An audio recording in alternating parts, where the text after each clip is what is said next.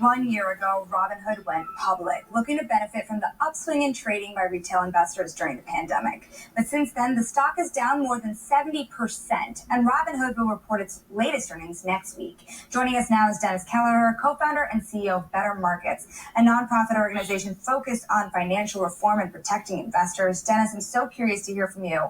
If not Robinhood, then who? Given we have so many others who are trying to really get into this market, help retail investors trade crypto and stocks, but what model is the right one to protect consumers? Well, the perfect right model we don't know. The wrong model we do know, which is the Robinhood model, which is, based off of basically disguised wealth extraction through payment for order flow. Robinhood burst onto the scene claiming to democratize finance. And rather than democratization, what we got was manipulation and exploitation, and the largest fine in the history of FINRA, and a big fine from the SEC, which actually showed that if Robinhood's customers had been charged a commission, it would have cost them less than the amount of money Robinhood and the HFT firms were extracting through payment for order flow.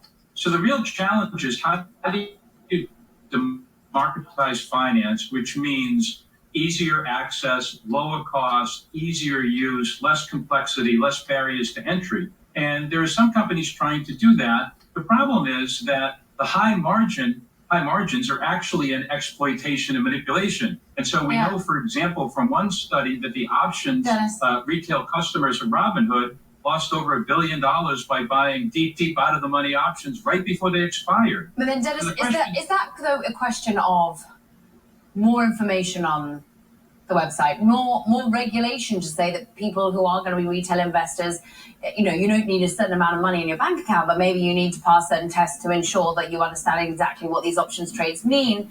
Or is it about charging in a different manner? Well, I think it's a little bit of all three.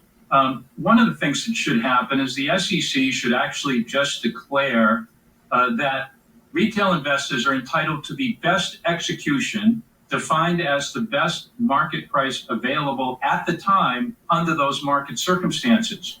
And then if you get brokers, whether they're retail brokers like Robinhood or wholesale brokers like Citadel or Virtu, they then have a legal duty to get the best market price for those customers. At the same time, those customers need to have better education and be qualified better so that the brokers actually know their customer and that the customers actually know what trades that they're entering into, what the risks are, and what the returns are.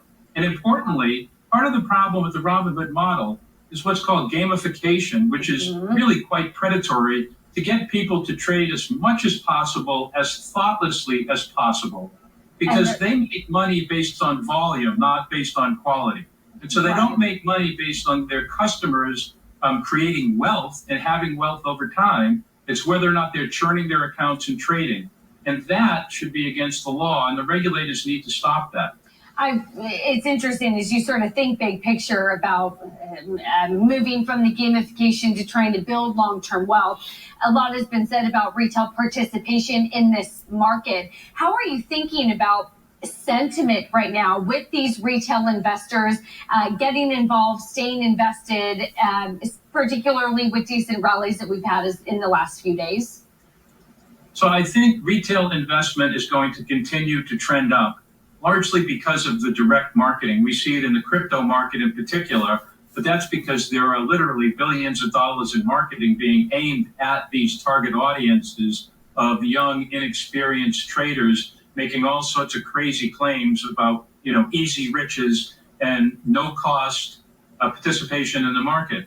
I love it. The part of the problem with saying commission-free trading is too many retail investors hear free trading and don't understand what it's costing them and don't understand what it costs to trade often. So I think you're going to see retail participation in the equity markets and frankly in the crypto markets and others as the platforms try and expand their offerings, but they're doing it at the same time with slick apps, which are easier to use, but are inducing trading behavior that's not in the interest of the trader.